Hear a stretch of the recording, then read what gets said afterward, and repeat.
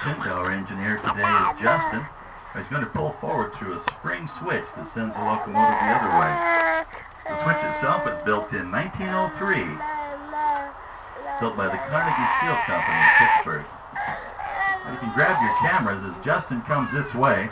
He's going to shoot some steam out of the engine on this side and makes a very nice photo. But that isn't why he does it. He's going to try to see if he can get everybody on the train wet.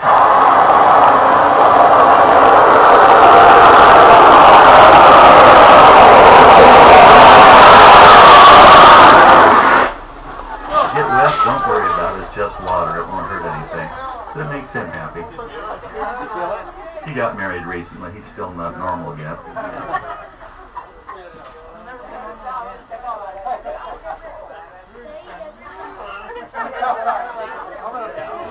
That's going to go a little ways further.